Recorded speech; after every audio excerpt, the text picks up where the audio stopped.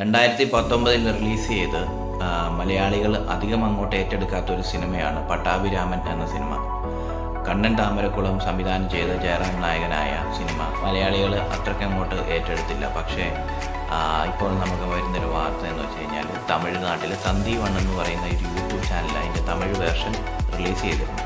10 ലക്ഷത്തിലധികം പേരാണ് ഇപ്പോൾ തന്നെ ആ സിനിമ കണ്ടിരിക്കുന്നത്. അത് വൻ രീതിയിൽ തമിഴർ ആ സിനിമ ഏറ്റെടുത്തിട്ടുണ്ട്. അപ്പോൾ ആ സിനിമയിലെ ജയറാമിൻ്റെ കഥാപാത്രം എന്ന് പറയുന്നത് ഒരു ഭക്ഷ്യസുരക്ഷാ ഉദ്യോഗസ്ഥനായിരുന്നു. അതായത് വളരെ കർക്കശക്കാരനായ ഒരു ഉദ്യോഗസ്ഥനായിട്ട് അദ്ദേഹം എന്താ പറയുക, ഭക്ഷണത്തിൽ മായം ചേർക്കുന്നവരെയും അങ്ങനെയുള്ള ആളുകളെ കൈയോടെ പിടികൂടുന്ന ഒരു ഉദ്യോഗസ്ഥനായിട്ട് വന്നിരുന്ന ജയറാം കളം നിറഞ്ഞാടിയ ഒരു സിനിമയായിരുന്നു. കൂടെ രമേശ് വിശാലുടെയും കൂടെ അഭിനയിച്ച ഒരു സിനിമയായിരുന്നു.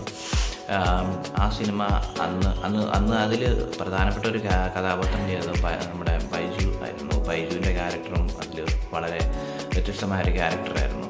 അപ്പോൾ ആ സിനിമ നമ്മുടെ നാട്ടിൽ അധികം അങ്ങോട്ട് ഹിറ്റായില്ല. അന്ന് കണ്ണൻ താമരക്കുളം എന്ന് പറയുന്ന ഡയറക്ടറോടുള്ള വിമുഖതയാണോ ജയറാമിനോടുള്ള വിമുഖതയാണോ എന്തൊന്നും അന്ന് നമുക്കറിയില്ല. നല്ലൊരു സിനിമയായിരുന്നു, നല്ലൊരു തീമായിരുന്നു സിനിമയിൽ.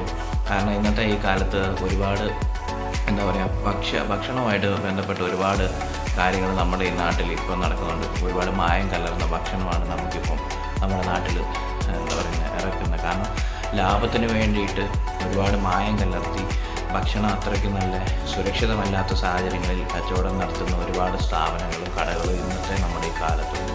ആ കാലത്ത് ഏറ്റവും ഉചിതമായ നല്ലൊരു കഥയുമായിട്ട് വന്നതായിരുന്നു നമ്മളെ പല രീതിയിലുള്ള ഭക്ഷണത്തിലെ മായങ്ങൾ നമ്മൾ കാണാത്ത തരത്തിലുള്ളത് പോലും നമ്മൾ സിനിമയിലൂടെ കാണിച്ചിരുന്നു ഒരു നല്ല സിനിമയായിരുന്നു പട്ടാഭിരാമൻ. പക്ഷേ അതിവിടെ അത്ര കണ്ട് ഹിറ്റായില്ല. പക്ഷേ ഇപ്പോൾ തമിഴ്നാട്ടിൽ അത് വൻ തരംഗമായിരിക്കുകയാണ്.